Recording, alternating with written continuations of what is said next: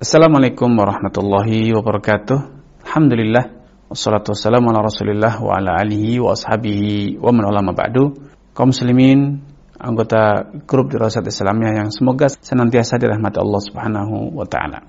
Kembali saya hadir ke tengah ruang Anda untuk bersama-sama menata kembali rumah tangga kita, agar rumah tangga kita betul-betul menjadi baiti jannati, rumahku adalah surgaku. Sebelum Anda menikah, atau kalaupun Anda telah menikah, tidak ada salahnya untuk Anda duduk sesaat termenung, bertanya kembali, untuk apa kita menikah? Jangan-jangan kita itu menikah hanya karena tuntutan tren, hanya karena merasa sudah tua, hanya karena merasa menuruti hawa nafsu saja.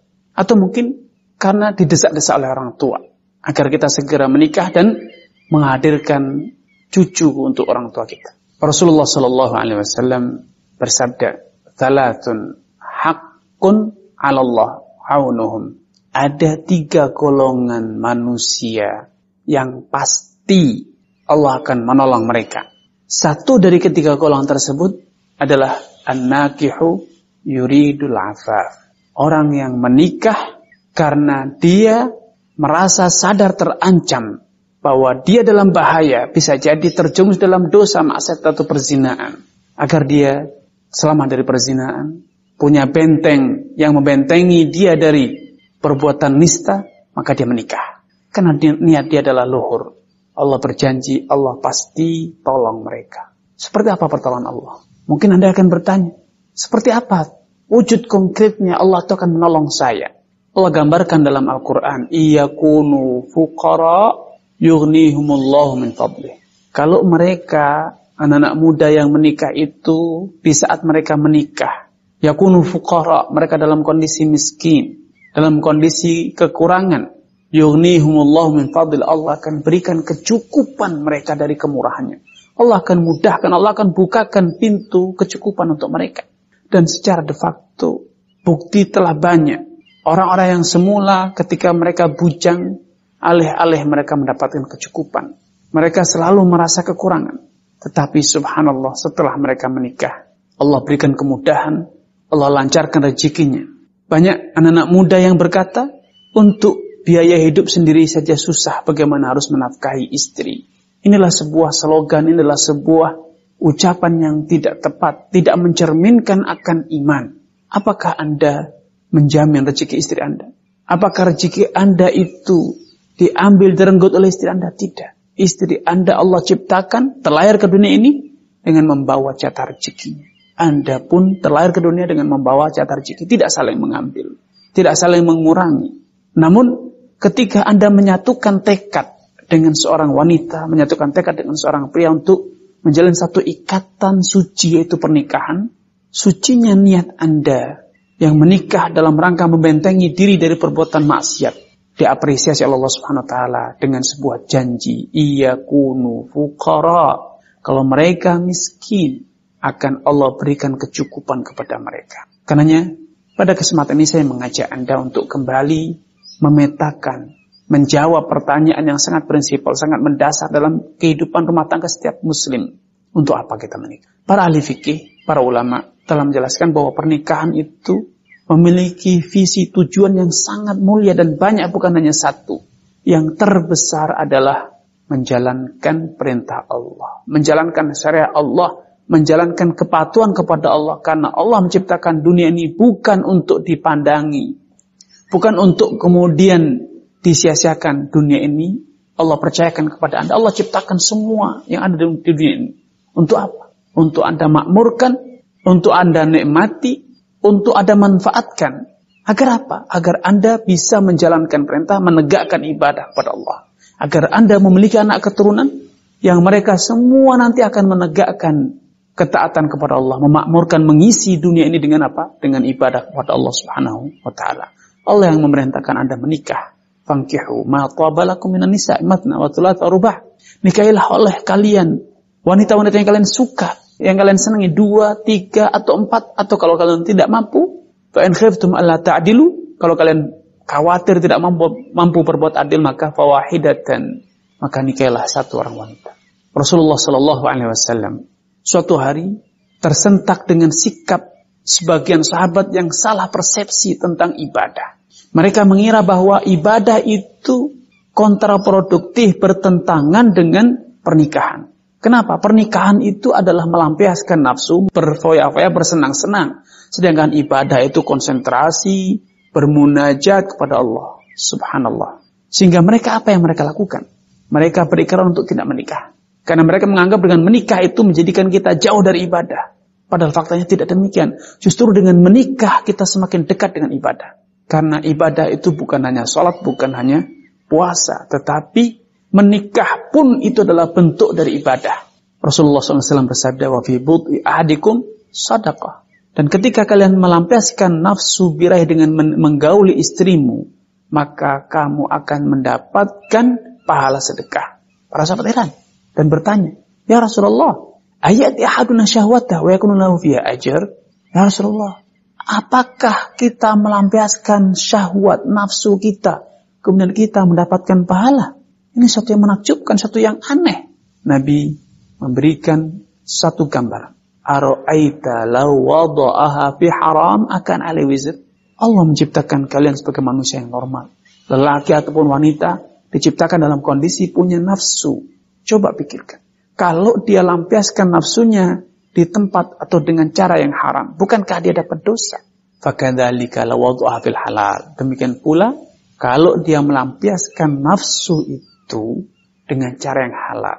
Kenapa? Dapat pahala. Ya, melampiaskan nafsu dengan cara yang halal itu adalah bentuk dari pengakuan bahwa Anda manusia. Anda punya hajat, punya kebutuhan. Dengan Anda melampiaskan nafsu, itu Anda mengakui bahwa Anda hamba dan bukan Tuhan. Anda butuh, Anda punya hasrat. Sehebat apapun Anda, sekuat apapun Anda butuh kepada kehadiran partner. Itu seorang wanita yang lemah, yang akan menyempurnakan hidup Anda, yang akan menjadikan hidup Anda berarti, yang menjadikan hidup Anda bermakna. Secerdas apapun, sekuat apapun, sepandai apapun, sekaya apapun Anda, hidup Anda akan menjadi hampa, tidak ada arti. Hidup Anda akan menjadi gersang, tidak ada rasanya ketika Anda tidak menikah. Harta Anda sia-sia, kecerdasan Anda sia-sia, kekuatan Anda tidak ada artinya. Tetapi dengan Anda menikah, Anda merasakan dunia ini terasa indah. Kekayaan Anda memiliki arti, ketampanan Anda ada artinya, keperkasaan Anda ada rasanya. Dengan menikah, sehingga itu akan semakin mengantarkan Anda bahwa ternyata Anda makhluk yang lemah. Walaupun Anda punya, Anda tidak akan bisa merasakannya. Anda memiliki, tapi Anda tidak bisa menikmatinya. Kecuali dengan hadirnya partner Anda, yaitu istri. Anda tidak akan bisa merasakan betapa bahagianya seorang suami yang memberi nafkah istrinya, memberikan kecukupan pada istrinya sampai Anda menikah. Dan ketahuilah, salah satu surat yang istimewa, bahkan oleh Nabi dikatakan sebagai sepertiga Al-Quran, adalah ayat atau surat yang menggambarkan, menceritakan akan fakta ini. Qul huwallahu ahad. Katakan Muhammad bahwa Allah itu Maha Esa. Lam yalid wa lam yulad. Allah tidak pernah beranak dan Allah tidak pernah diperanakkan. Anda menikah agar Anda bisa menyadari fakta ini. Siapapun Anda adalah anak manusia lain, anak wanita lain, anak lelaki lain. Dan siapapun Anda memiliki anak dan butuh kepada kehadiran anak. Dulu Anda butuh kepada orang tua Anda. Tanpa mereka Anda binasa, tidak mungkin hadir ke dunia ini. Sehingga jangan pernah mengaku sebagai Tuhan, karena pada suatu saat Anda tidak pernah ada di dunia ini. Anda pada suatu periode lam yakun syai'an madhkura, tidak pernah tersebut, tidak pernah ada. Dan setelah Anda, jangan sombong, jangan lupa bahwa Anda kemarin tidak ada. Hadir karena hubungan lelaki dan wanita. Dan kemudian setelah Anda dewasa, menginjak umur, secara alami, secara natural, jiwa Anda bersuara, jiwa Anda menjerit. Untuk apa? Butuh kepada kehadiran seorang anak. Untuk menjadikan Anda merasa sebagai manusia yang sempurna. Lelaki yang sempurna, wanita yang sempurna. Apalah artinya laki-laki ketika dia tidak bisa melahirkan seorang anak? Apalah arti seorang wanita ketika dia tidak bisa hamil dan menghadirkan seorang anak? Semua orang menyadari itu. Sehingga dengan lahirnya anak, dengan proses pernikahan, Anda betul-betul akhirnya sampai pada satu titik bahwa Anda bukan Tuhan, tetapi Anda adalah hamba Allah. Sehingga ketika Anda mengingat orang tua Anda akan teringat, saya terlahir dari lelaki dan wanita. Berarti saya bukan Tuhan. Dan saatnya nanti Anda melahirkan seorang anak, berarti Anda bukan Tuhan, karena Tuhan itu lam yalid wa lam yulad. Sebagaimana Anda dalam rumah tangga, Anda bisa jadi bukan satu-satunya anak, tetapi Anda punya saudara. Di kampung itu, Anda juga bukan satu-satunya anak. Banyak teman sejawat Anda, seumur dengan Anda, sebaya dengan Anda, yang membuktikan bahwa Anda bukan Tuhan. Karena apapun yang Anda bisa lakukan, bisa dilakukan oleh teman-teman Anda. Sehingga pernikahan ini, manfaat terbesarnya adalah membuktikan, mengantarkan Anda untuk mengakui bahwa Anda hamba, bukanlah Tuhan. Fir'aun, laknatullah alaih, lupa akan hal ini. Keberhasilan, kekayaan, kekuasaan dia menjadikan dia lupa daratan. Sehingga dia mengatakan, Ana rabbukumul a'la. Aku adalah Tuhan kalian yang paling perkasa, paling berkuasa di sini. Tetapi, subhanallah, dia tidak bisa mendustakan. Allah buktikan kepada Fir'aun, lam yalid wa lam yulad, bahwa Tuhan itu tidak pernah diperanakkan dan juga tidak pernah beranak. Fir'aun lupa sejarah, boleh. Bisa jadi lupa sejarah bahwa dia adalah anak. Dia terlahir melalui proses perlahiran. Tetapi seperkasa apapun, sedikdaya apapun seorang, dia tidak bisa melawan hati nuraninya bahwa dia rindu untuk bisa menimang seorang anak. Dia seorang manusia biasa. Seperti apapun sombongnya, hati nuraninya akan berkata, kehadiran seorang anak yang dia cium, yang dia timang, yang dia goda, itu adalah salah satu kunci kebahagiaan hidup dia di dunia ini. Maka Allah jadikan Fir'aun mandul. Fir'aun tidak punya anak keturunan. Sehingga akhirnya dia tergoda untuk mengangkat anak.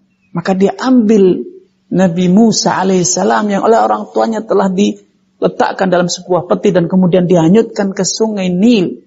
Kemudian diambil oleh Fir'aun secara sembunyi-sembunyi. Dia mengira tidak ada yang mengetahui. Dia rawat.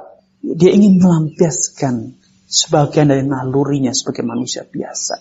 Menimang anak. Subhanallah. Sehingga kehadiran pernikahan itu salah satu manfaatnya adalah untuk membuktikan bahwa Anda manusia, bukan Tuhan. Karena Tuhan itu lam yalid wa lam yulad. Karena itu ketika Anda ingat orang tua Anda, ingatlah bahwa Allah lam yalid wa lam yulad.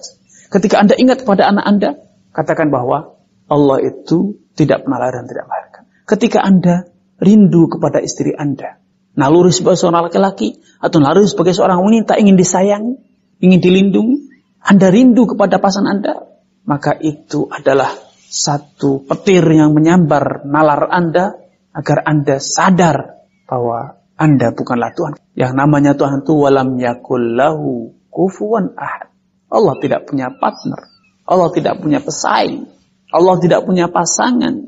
Subhanallah. Tidak ada yang bisa menyaingi Allah Subhanahu wa ta'ala. Wallahu ta'ala a'lam. Wassalamualaikum warahmatullahi wabarakatuh.